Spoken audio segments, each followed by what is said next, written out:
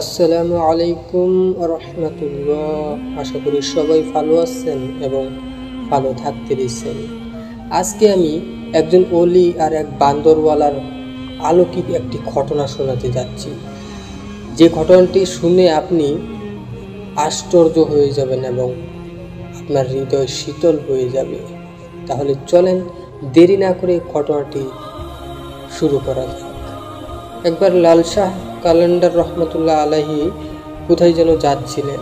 তখন তার সামনে হঠাৎ করে একজন বাঁদরওয়ালা আসে এবং তার সামনে এসে দাঁড়িয়ে যায়।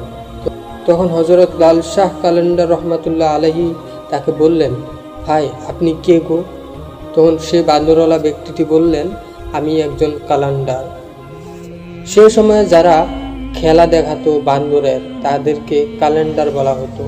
তখন এই কথা শুনে বান্দরওয়ালার মুখের এই কথা শুনে হযরত লাল শাহ কালান্দার রহমতুল্লাহ আলাইহি মুস্কি হেসে দিলেন। তখন সেই বান্দরওয়ালা ব্যক্তিটি বললেন, আপনি হাসছেন কেন? আপনি কে? তখন লাল শাহ কালান্দার রহমতুল্লাহ আলাইহি বলেন, আমিও একজন কালান্দার। তখন সে বান্দরওয়ালা ব্যক্তিটি বলল, না আপনার কাছে কোনো বাঁদর আছে, না আপনার হাতে কোনো ডুগডুগি আছে, আপনি কিভাবে খেলা দেখান? তখন আল্লাহর ওলি লাল শাহ কালান্দার রহমতুল্লাহ আলাইহি বললেন, আগে তুমি তোমার খেলা দেখাও, তারপর আমি আমার খেলা দেখাবো। এই বলে হযরত লাল শাহ কালান্দার রহমতুল্লাহ আলাইহি তার দিকে তাকিয়ে রয়েছে। তখন সে বাঁদরওয়ালা ব্যক্তিটি তার কাঁধের বাঁদরকে নামতে বলল এবং যখন ডুগডুগি বাজানো শুরু করলো তো বান্দরটি নাচতে শুরু করলো।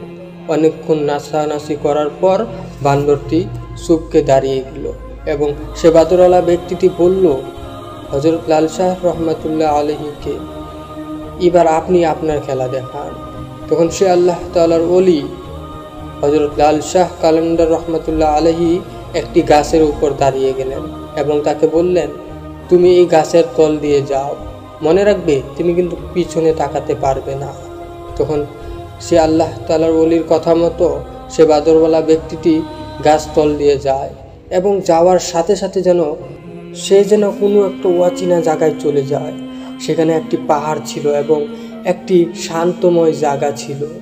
সেখানে না গরম ছিল না ঠান্ডা, অনেক একটি শান্তির একটি জায়গা ছিল, না কোনো হাল্লা না কোনো শোর।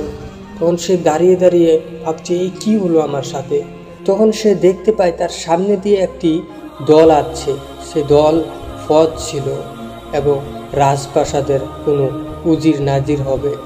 তো সবাই তারা আসছে এবং সে বাঁদরওয়ালা ব্যক্তিটি দেখিয়ে বলে, আজকে হয়তো আমার রেহাই নেই, এরা তো হয়তো আজকে আমাকে মেরে দিবে, এই বলে সে কাঁপতেছিল। যখন তারা সবাই তার কাছে আয় তখন সে তাকিয়ে রয়েছে সেই মানুষটির দিকে। তখন তারা সবাই বলে, বাদশাহ সালামত, আপনি এতদিন কোথায় ছিলেন? আপনাকে আমরা কোথাও বিচারও বাকি থই নাই, সব জায়গায় আপনাকে আমরা বিচরেছি কিন্তু কোথায় পাই নাই। আপনি এতদিন কোথায় ছিলেন? আপনার জন্য রাজপ্রাসাদের সবাই অপেক্ষা করছে এবং আমরাও আপনার জন্য অনেক অপেক্ষা করছি, চলেন আমাদের সাথে। আর আপনি কি বলবেন, মহারানী তো আপনার জন্য কেঁদে কেঁদে পাগলের মতো হয়ে গেছে। এই বলে তো বাঁদরওয়ালা ব্যক্তিটিকে তাদের সাথে করে নিয়ে যায় এবং নিয়ে যাওয়ার সাথেই রাজপ্রাসাদে তারা ঢুকে যায়। যখন রাজপ্রাসাদে ঢুকে যায় তখন সে বাঁদরওয়ালা ব্যক্তিটি সে রানীর রূপ দেখে ভাবে, এটা কি রানী না কোনো পরী? তখন সে রাজপ্রাসাদের মহারানী সে বাঁদরওয়ালা ব্যক্তিটিকে বলে, আপনি প্রথমে গোসল করেন, তারপরে আপনি সিংহাসনে বসবেন। তখন সে বাঁদরওয়ালা ব্যক্তি তার কথা মতো গোসল করে এবং গোসল করে রাজার কাপড় পরিধান করে এবং সিংহাসনে বসে। অনেক বছর সেইখানে রাজত্ব করে এবং তখন সে বাঁদরওয়ালা ব্যক্তি এবং মহারানীর একটি বাচ্চা হয়। আস্তে আস্তে করে সে বাচ্চাটি বড় হয়। বড় হওয়ার পাশে তাকে সিংহাসনে বসানো হয় এবং এই দিকে সে বাঁদরওয়ালা ব্যক্তিটি আস্তে আস্তে করে বুড়ো হয়ে যাচ্ছে, মুখের লুচি কমে যাচ্ছে, শরীরের শক্তি কমে যাচ্ছে।